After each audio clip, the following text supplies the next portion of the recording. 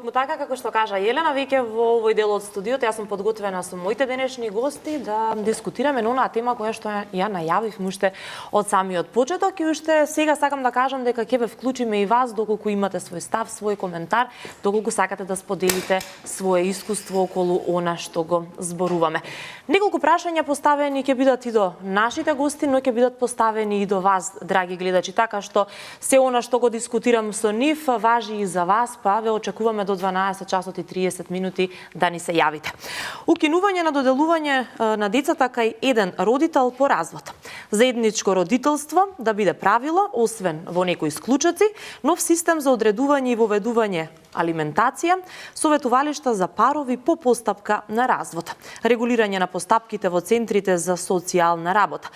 Ова се само дел од решенијата што ги предлага иницијативата за заедничко старателство. Затоа ве прашувам и вас, драги мои, што мислите за сето ова, а ќе ги прашаме и нашите денешни гости. Господинот Драги Змијанац, председател на првата детска амбасада Меѓаш, и добар ден и добре ни дојдовте, господине. Добар ден, добре најдов. И господинот Наум Рибаровски, кој што е представник всушност на иницијативата за заедничко родителство после развод. Господине Наум, добар ден и за вас. Добар ден. После неколку години се гледаме во нашето студио за оваа тема, а со господинот Драги ми се чини, така, 3-4 години може би исто помина од како последен пат се видовме тука во нашата телевизија. Со огромна причина сте денеска наши гости, затоа што станува збор за една тема која што е многу важна, многу чувствителна.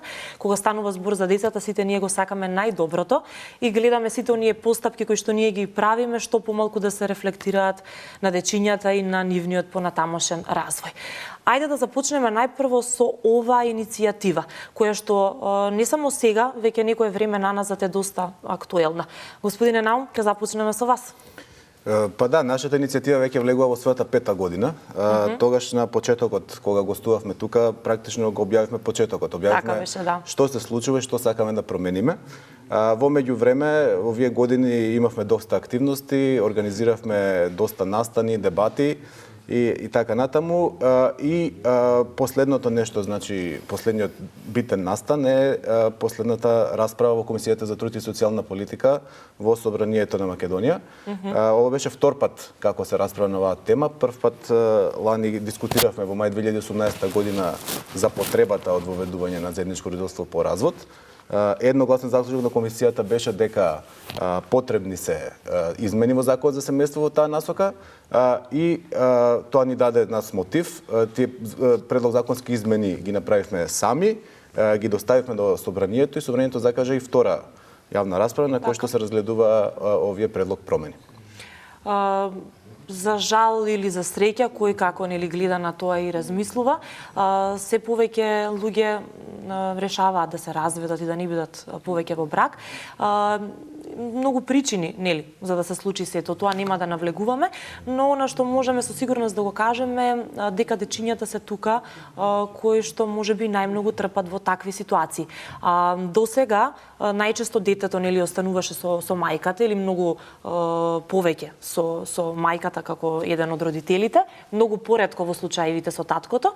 Целта на сето ова е да детето биде подеднакво и седнати со другиот родител. Една од основните работи нели во цела ова иницијатива. Ајде малку да го разработиме овој дел. Па, видете се, сегашната ситуација е крајно неприродна. Значи, родителите кои решаваат да стават крај на бракот, всушност ставаат крај на меѓусебната релација. Тие не престануваат да бидат родители и во огромен број на случаи двата родители покрај разводот се остануваат, значи, и желни, и можат, и се подобни да го вршат родителското право. Оттаму, многу е нелогично зошто детето секогаш треба да се доделува на чување и воспитување кај еден од родителите. Да.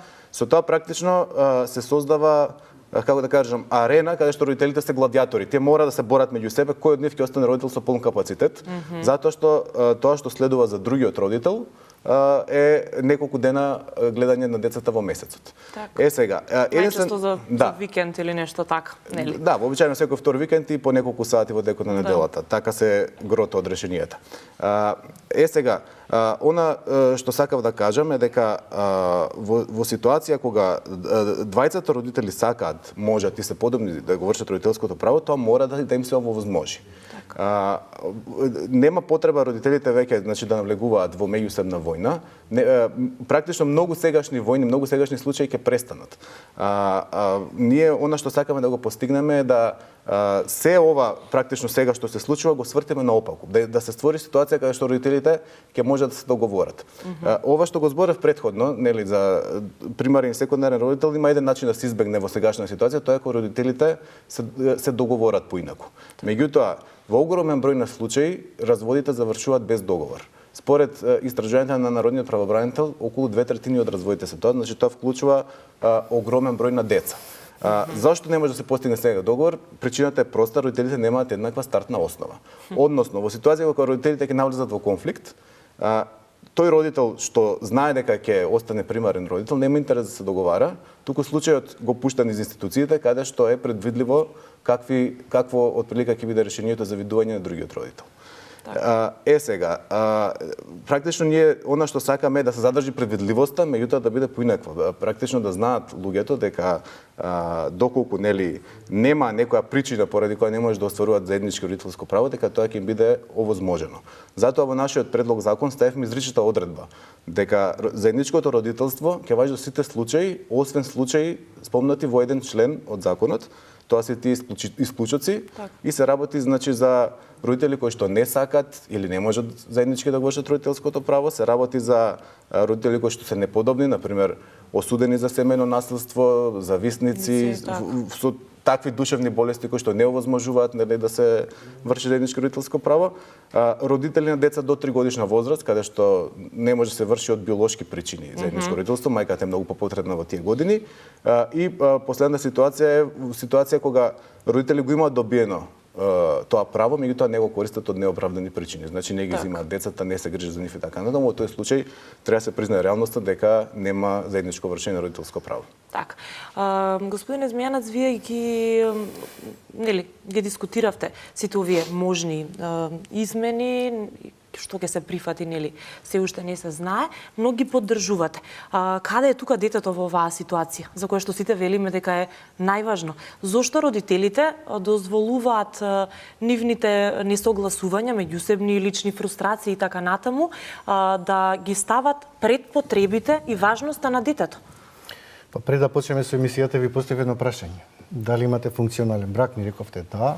Но хипотетички... Добре, јас не сум тема на разговор денеска, но добро. Хипотетички, ако случајно стане дисфункционален, дали можете да станете функционален родител и по развод? И по разводот, да. Тоа е доста важно. Исто треба да си го поставиме тоа прашање. Значи, дисфункционални партнерски или брачни релации многу тешко се трансформираат во функционални родителски одговорности.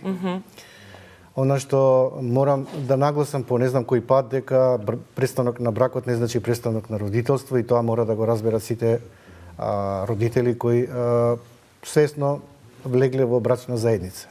Има тука многу слабости во целиот тој систем околу предбрачните советувалишта, да им се објасни на младите брачни парови што значи брачна институција, брачна заедница, какви се одговорности, обврски и задоволства тие носат, но какви се и трауми може да се случат доколку се раздружат поранешните брачни партнери или без разлика дали живеат во брачна заедница, во партнерска врска, во брачна заедница, ако како резултат на нивната заедничка врска се родило дете. За тоа дете треба подеднако двајцата да бидат одговорни, со исклучок на нагласи за кои случаеви станува збор. Секако тука има и мајки, татковци кои се неподобни, не може да ги исполнат тие критериуми, но јас да ви кажам мое убедување дека досегашниот закон така како што е срочен, можеби на 50% од татковците може да им одговарат. Тоа не носи големи обврски. Викенд видување, едноставно нема голема обврска кон детето, за понеделник до петок мајката е целата фокусирана кон детето. Тоа е слободен. Меѓутоа има според мене 30 до 40% татковци кои имаат капацитет да бидат подеднакво одговорни родители и сакаат. Меѓутоа законот за семејство не им овозможува, иако ќе кажат од Министерството за труд и социјална политика, па да, ти ако се договорат може тоа да се регулира. Меѓутоа како ќе се регулира ако имаме нефункционални нарушени партнерски релации? Така. Тогаш стартните позиции не се подеднакви. И она што морам да нагласам дека на детето му требаат двата родители. Тоа го кажав и на јавната расправа дека на детето му треба два родители, но и семејството, опкружувањето на двата родители.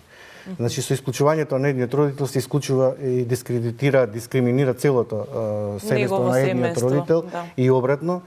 И детето може да, кој ќе порасне, да осудува за тоа што немал подеднакво видување со вториот родител. И она што е многу важно да се нагласи, дека треба да внимават едниот и другиот родител, затоа што со отуѓувањето на детето од родителот најмногу му наштетуваат на детето. Тоа и ми беше поентата, како тоа ќе се одрази во понатамошниот развој на личноста на детето. Да, додека е мало, нели веројатно во закрилата на својата мајка најчесто, но подоцна каде е таткото, каде се бабата и дедото од страната на таткото и така натаму, значи доаѓаат и прашања, ќе гледа од другите дечиња и така натаму. Мислам дека сето тоа ќе влијае и ќе остави белек и трага. Морам да нагласам пред да му дадеме зборен на јас не бев задоволен од јавната расправа, втората јавна расправа, затоа што и тука почувствував конфликт на условно кажано за и против на тие кои мислат дека ги бранат интересите на татковците, интересите на мајките, односно интересите на мажите и интересите на жените. Многу малку се стави фокусот на детето и неговите потреби, да има квалитетно видување со двата родители, да сватат дека и покрај тоа што има една адреса на живење, детето има два дома. Двата дома е кога кај тато и неговите околу тато е дома кај тато, и кога е кај мама и неговите околу мама е дома кај мама. И тоа кога ќе се разбере, а всушност ова иницијатива мислам дека им одговара подеднако и на двата родители, затоа што говориме за споделени одговорности, споделен буџет, споделени потреби на детето, да се најдат двата родители да се договарат и кога на детето му е добро и кога нешто се случува со него, да не падне товар само на еден родител. И јас не можам да ја разберам таа конфликтна ситуација која се случи во собранието на Република Македонија, каде што имаше поинакви толкувања околу оваа иницијатива. Мој убедување дека оваа иницијатива тогаш многу скоро ќе се случи. Тоа е процес кој е неминовен. Само прашање на денот кога ќе разберат сите страни кои се инволвирани во ова високо конфликтна ситуација дека треба да работат во интерес на детето и дека само со квалитетно и одговорно родителство може да ги исполнат очекувањата на детето кои ги имаат кон своите родители. Така е. Зошто 5 години? Мислам дека е долг период, нели, за сето ова да тапкаво место сега, не баш, нели? Но да не се дојде до некое конечно решение. Кој најмногу стои против тие промени да бидат конечно нели направени да стојат во законот? Да, па видете сега, ние имаме апсурдни ситуации каде што например ни беше забележено во собранието зашто не сме викнали одредени женски организации, меѓу кои највише ни се забележи зашто не биле поканети Сдруженијата самохрани мајки. Тоа е апсурдно затоа што ако се тоа самохрани мајки, зошто се воопшто се интересира за иницијатива која што ги вклучува двата родитела. Значи, една кога е сам родителот, а друга кога збориме за ситуација кога 20 родители треба да учествуваат во животот на детето. Од почеток па до самиот крај ќе биде така, оваа иницијатива не е борба на мажи против жени, ова е борба на луѓе кои што се залагаат повеќе да се ги гледаат децата, бидат рамноправни вклучени во животот на децата, наспроти родители кои што сакаат деца да ги чуваат како своја исклучива сопственост. Сега, голема позитивна околност за нас е тоа што нашето инсистирање да бидеме вклучени во животот на децата и имаме рамноправно родителство е во склад со интересите на децата дефинирани во сите меѓународни конвенции кои што предвидуваат контакт на детето со двата родители, освен во ситуации кога тоа не е во склад со неговата добробит. Од другата страна имаме, значи, родители кои што уживаат во овој систем, едноставно си ги имаат децата само за себе, сакаат по секоја цена тоа да го задржат, меѓутоа тоа не е едноставно во склад со интересите на децата. И како што рече Драги, јас се согласувам со тоа дека ова е еднината на семејното законодавство, ова е нешто што многу држави веќе го имаат применето и кај нас од необјасними причини само се чека. Иако како и за многу други работи, да. иако морам да нагласам дека за разлика од повеќето иницијативи, ние сами со свои сили спремивме предлог законски промени. Спремивме и не само тоа, спремивме документи кои што ќе бидат многу битни во иднина. Првиот е предлог правилник за изработка на родителски планови, едноставно е правилник за видување, кој што центри за социјална работа, верували или не, го немаат сите овие години, 50-60 години да донесуваат исти решенија кои што не се базирани на ништо, само на претходна пракса. И донесовме правилник за пресметка на алиментација, значи во ситуација на заедничко родителство се менуваат постулатите за пресметка и изрекување на алиментација и веруваме дека тоа што го изработивме во иднина ќе биде од голема корист на судовите. Така, Наум, вие сега како функционирате, вие колку често го гледате вашето дете? Па, вака се, искрено да ви кажам, јас моје деца ги гледам 8 дена во месецот и со тоа не можам да кажам дека сум репрезентативен примерок на групата која ја застапувам. Повеќето родители имаат многу помалце гледање од мене. Значи, типично решенијата се 4 до 5 дена со детето. Во текот на месецот, да. Меѓутоа, ако се помали деца, имаме и многу фрапантни решенија, например, неколку сати во месецот, едно ноќевање во месецот. А зошто? Ако таткото си ги исполнува сите услови како секој нормален родител? Поради погрешно толкување што е во интерес на детето. Затоа што овие решенија што сега ги имаме и вклучително и како законот е напишан, е нешто што потекна од 60-70 години на минатиот век. Тогаш биле сосема поинакви приликите, па поради тоа поинакви биле толкувањата. Сега, во модерното општество тие толкувања се останати. Да. И имаме ситуација каде што има апсурдни решенија, практично секогаш едниот родител е ставен на тапет. Едниот второстепениот родител, секундарниот родител, секогаш е тој што добива многу малку видување и во центри за социјална работа ќе ви кажа дека тоа е во интерес на детето. Зашто е во интерес на детето? Како е тоа во интерес на детето? Затоа што детето требало да има еден дом. Меѓутоа таа теорија за еден дом, а двајца родители не е поважно? Па секако дека е поважно. Да, таа теорија за еден дом е застарена теорија на која што се базира сегашниот закон. Спротивно на тоа, сите педагошки и психолошки трудови кои што ние ги проучувавме, кои што се напишани последните 20-30 години, говорат за тоа дека за децата е многу подобро кога има заедничко родителство, дека после развод на брак децата де факто имаат два дома, кај двата родитела, да. И е многу травматично за некој дете да му го скратиш пристапот во другиот дом. Сигурно по-травматично.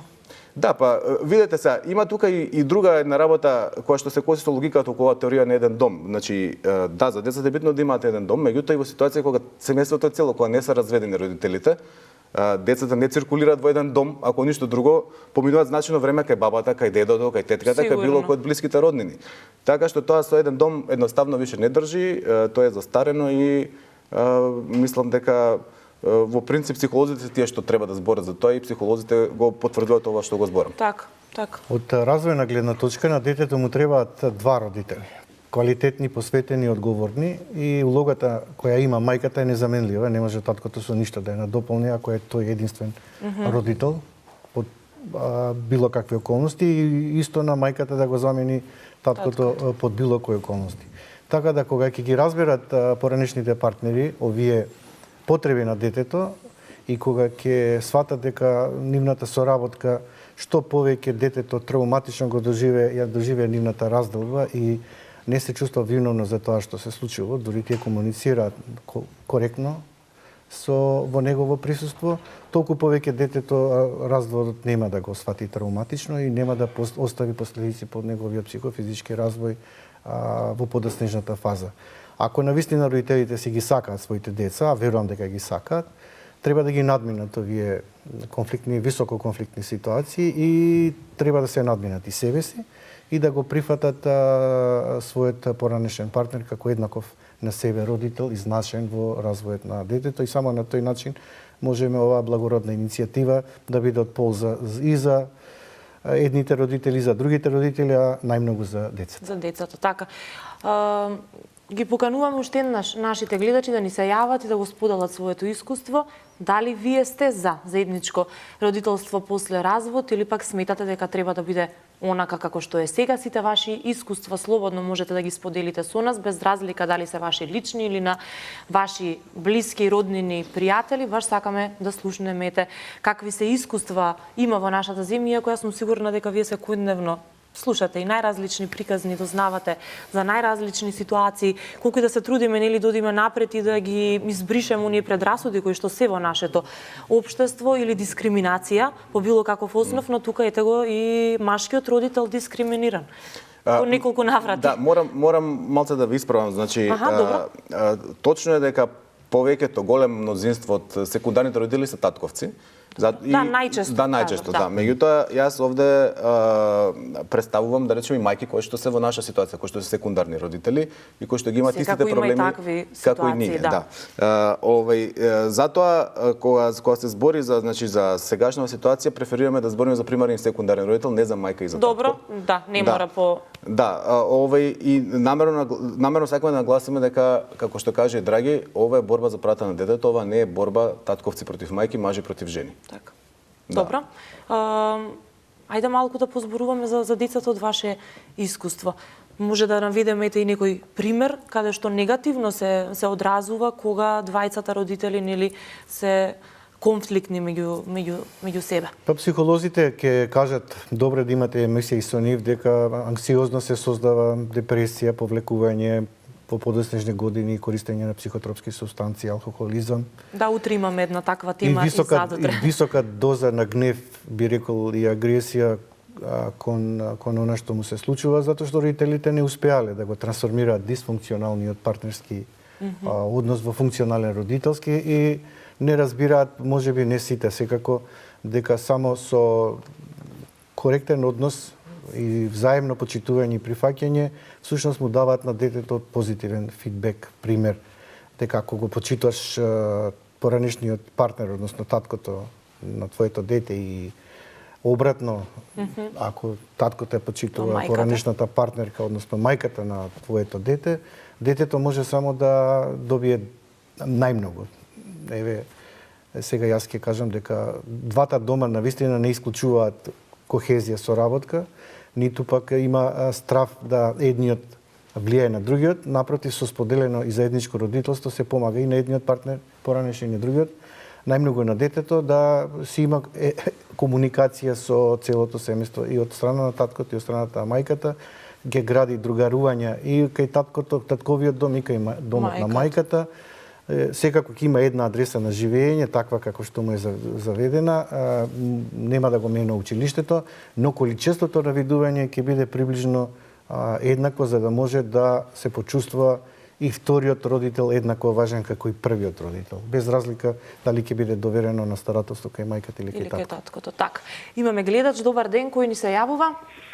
Добар ден, темата ви е прекрасна, многу ги обожавам овој тип на емисии. Јас можам да допринесам само со размислување, не сум поминала низ развод, не сум имала, да кажем, таа мака во наводници надглава, но сепак сум према разговорите ваши и од мои пријатели, значи искуство, да децата бидат да нема право родител да бара, да кажеме, само еднострано родителство примарно, како што го кажа господинот. Така.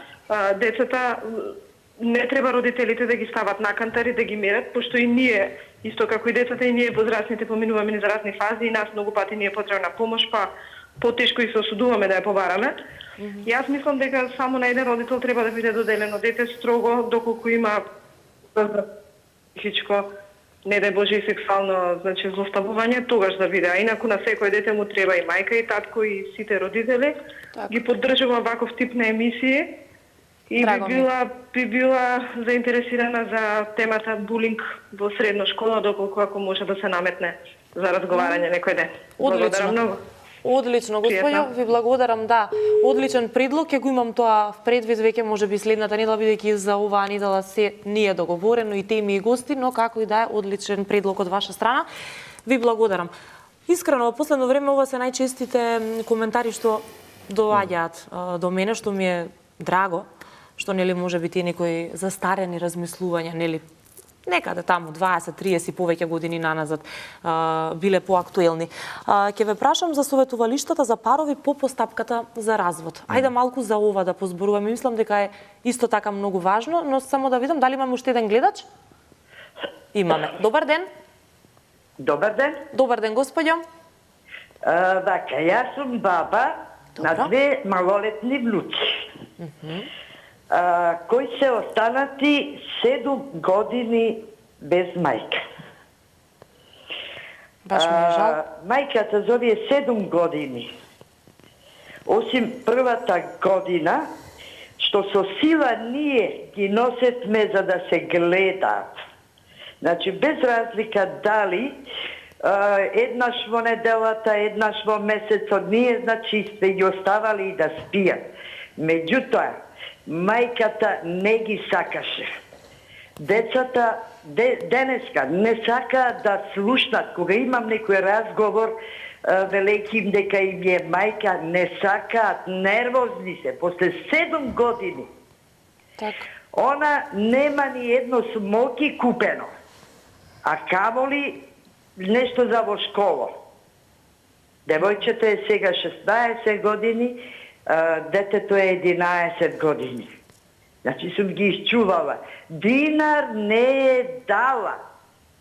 Нити за издршка, нити не мора за издржување. Не ни треба тие пари кога она не е тука со своите деца, со фамилијата. Меѓутоа, кога да ги побара, на телефон да ги побара барем. Има роден ден, завршување на школа, девојчето сега е 2 година средно, никако не се интересира.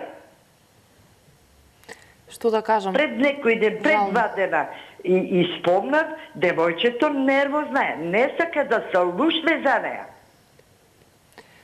Па веројатно сосем и разбирливо. Ви благодариме, господја, за јавувањето. Ви благодариме што го изнесовте вашето искуство.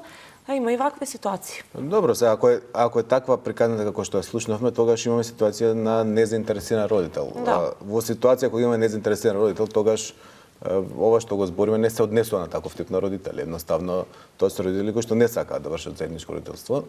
И нема што тука повеќе да се бара. Нема што да се бара, да, затоа го оставаме тоа како исклучок. Така. Ајде малку за советувалиштето. така. Да. Во сегашнава ситуација кога влегуваш во развод, имаш проформа постапка на помирување во Центарот за социјална работа. Тоа е најчесто само една средба, каде што воопшто не се работи на тоа да родителите се помират. Спротивно на тоа, кога разговаравме со психолозите, во приватна пракса има доста успешни случаи кога успеале да ги помират родителите, или барем ако не успеале да ги помират, тогаш да се договорат како ќе се гледа детето. Што е клучно за детето. Кога родителите се договорат, тогаш нема конфликт и тогаш тоа е најдобра ситуација за децата на разведени родители. Сега, идејата наша е да практично овој успех што постои во институциите на системот да се стави внатре во системот. Односно, да сваквото советување биде задолжително за сите родители, а имаше многу добар предлог од Комора психолози дека тука и децата треба да бидат вклучени. Практично целите тие семејства додат на советување. Но веројатно после некоја одредена возраст на детето. Веројатно, сега тоа така? оставаме на стручните лица, значи да преценат. Идејата е, значи, да такво советување биде задолжително, да државата ги плаќа тие советувања и тие советувања да се прават од луѓе да се случуваат на места каде што веќе има успех. Тие советувања не треба да се насочат кон разведување или разделување на родителите. Се разделуваат и разведуваат партнерите. Туку за тоа што значи разводот, да знаат да бидат свесни, одговорно да влезат во разводот. Кои се последиците, на партнерската врска, последиците што ги трпи и едниот партнер и другиот партнер, а при тоа да им се даде на значење и на преиспитување колку е тоа силна нивна одлука, да ги сносат сите последици и одговорности во однос на себе лично и во однос на детето, и дали тие се подготвени да се договорат да бидат квалитетни и одговорни родители, бидејќи, како што кажав на почетокот, со разводот не значи прекин на родителството, туку прекин на бракот. Така. И кога ќе се разбере тоа дека они се разделуваат или раздвојуваат како партнери, остануваат доживотно родители и мора да градат заедничка комуникација во натамошниот период и да се почитуваат, бидејќи детето од нив тоа го очекува. Да. Ништо друго не очекува. Тие како ќе комуницираат на приватен план понатаму, тоа си е нивно. Она што го очекува детето е да не трпи никакви трауми и последици од нивната разделба. Туку да си ги гледа и понатаму двајцата родители, да учествува на сите семени настани, родендени, прослави и така натаму. И како што кажа, кога ќе оди кај татко му, си е дома кај тато, кога ќе оди кај мајката, дома кај мама, и ништо никој не губи, сите добиваат. Така. Да продолжите нешто или го кажете? Па не, во нас на советувалиштето толку беше. Значи тоа е идејата, да практично сите тие луѓе што имаат успех, да им се даде шанса да работат со поширок круг на луѓе, а да државата ги сноси тие трошоци. Практично да се извади тоа советување од центри за социјална работа кај што нема успех, да се однесе во советувалиштето каде што има успех. Така. Што следи сега понатаму? Што се чека да се направи? Предвидувања некој? Вака сега, малце поширок контекст да дадам. Значи, пред предходните избори, сегашната владеачка партија стави во својата изборна програма дека ќе воведе заедничко родителство по развод. Тоа е страна 53 од планот за живот во Македонија. Тоа е спомнато. Бидејќи сите овие години не се случуваше ништо, се до 2018 година кога имавме расправата и кога имавме поддршка, значи, од сите политички партии дека треба да се воведе заедничко родителство по развод, за да забрзаме работата, земајќи во предвид дека Министерство работеше на Закон за социјална заштита, имаше други приоритети, ние самите ги спремивме овие законски измени. Идејата беше, значи, оваа втора расправа во парламентот да биде чекор кон ставање на гласање на овие измени, кон воведување на овие измени во Закон за семејство. Наместо тоа бевме сведоци на смислено сценарио за минирање на расправата. Значи, прво немаше кворум, па кога почнавме беше зашто не сте ги викнале овие или оние организации, па не е расправата целосно заради тоа. Откако заврши расправата, значи кога ги представивме сите овие измени, имаше дискусии од страна на пратенички зошто овие измени не треба да се усвојат, при што имаше многу дадено и извртени толкувања на нашите барања. Дел од тие излагања беа и, да речеме, крајно груби и провокативни. За на крај, кога требаше да се одговори на сите тие забелешки, пошто нас не е проблем што има забелешки, ние сме спремни за дискусија. Нормално што сте дошле нели до тој степен, да. Меѓутоа ние практично одеднаш заврши расправата, се ставија заклучоците на усвојување и сега замислат истите пратенички што дискутира, секунда пред да се стават на гласање, заклучоците излегува од просторијата за да нема кворум да се изгласат заклучоците, што е, да речеме, доста, ако ништо друго, некултурно несување и без почит кон сите тие луѓе што беа таму во салата, полна беше салата од луѓе што очекуваат да видат што се случи. Коректно ќе нагласам, гледачите ќе разберат. Значи сега сме чекор назад. И за сите последици што децава ќе ги трпат во тоа што сме чекор назад, нека ги преземат сите институции кои имаат моќ да одлучуваат. Тие ги подготвија сите законски измени, закон семејство, дури подготвија и правилник. Добија од институциите поддршка, од неколку институции поддршка кои долги години работат на ова, така да јас искрено сум, да не кажам лично, разочаран.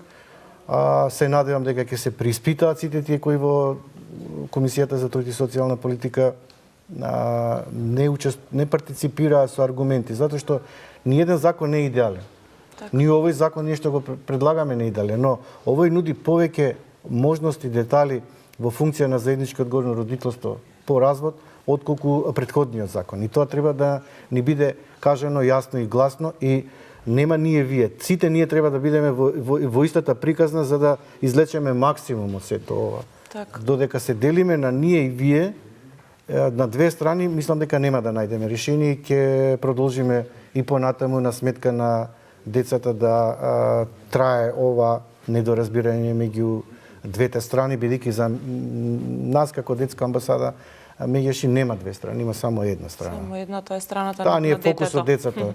Не ни се фокус ни татковци, ни мајки, ни жени, ни мажи. Так, но она што се предлага во иницијативата, вие го поддржувате затоа што сметате дека е најдобро за детето. Сигурно, да. Ете така. Морам да кажам дека иако после расправата во собраниевме горчлив вкус, всушност ова што се случува после е нешто што и ние не го очекувавме. Тоа е одеднаш огромен интерес во јавноста за темава.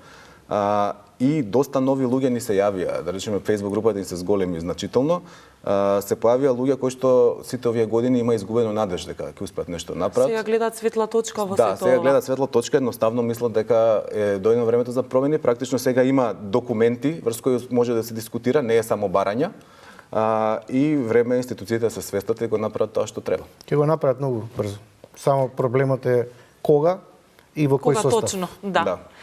Дојдовме до крајот на денешната дискусија. Се надевам дека успеавме да кажеме се што е потребно. Тука сме, ако треба пак да се видиме, да пак да продискутираме кога ќе има некои новитети, кога конечно сето ова ќе заврши слободно. Ве очекувам во нашето студио. Благодариме за поканата и мислам дека направите да биде ова јасно кажано пред гледачите и навистина ни треба поголема поддршка, затоа што поголема поддршка и појасно дефинирани нешта во однос на оваа иницијатива, толку побрзо ќе стигнеме до целта. Така. Да, ја би сакал да додам уште една работа, бидејќи дебатите се одвиваат претежно на социјалните мрежи. Мислам дека корисно се направи една дебатна емисија на телевизија, каде што ќе ги спротивставиме ставовите. Ние кои што сме за промена на закони во воведување на заедничко родителство и тие што се против. Да видиме од кои причини зашто се залага. Може. Следниот пат може и во таков формат да се видиме тука во студиото. За некои теми дефинитивно мора да се разговара. Ова е една од тие теми. Ви благодарам и на двајцата уште еднаш. Благодарам. Исто. Драги мои, го заокружуваме денешното дружење. Поздрав и од мене, поздрав и од сите мои колеги со кои што имавте можност денеска да се видите. Ќе се видиме повторно утре во 10 часот. Започнуваме до 12:30 со нови теми и нови гости, а што се ќе следите, ќе видите во текот на денот преку форшпанот кој што го подготвивме. Ќе имаме и изненадувања и во текот на утрешната емисија, ќе доделуваме награди, но ќе оставиме тоа да го видиме во утрешната емисија. Ве поздравувам и останете со Канал 5.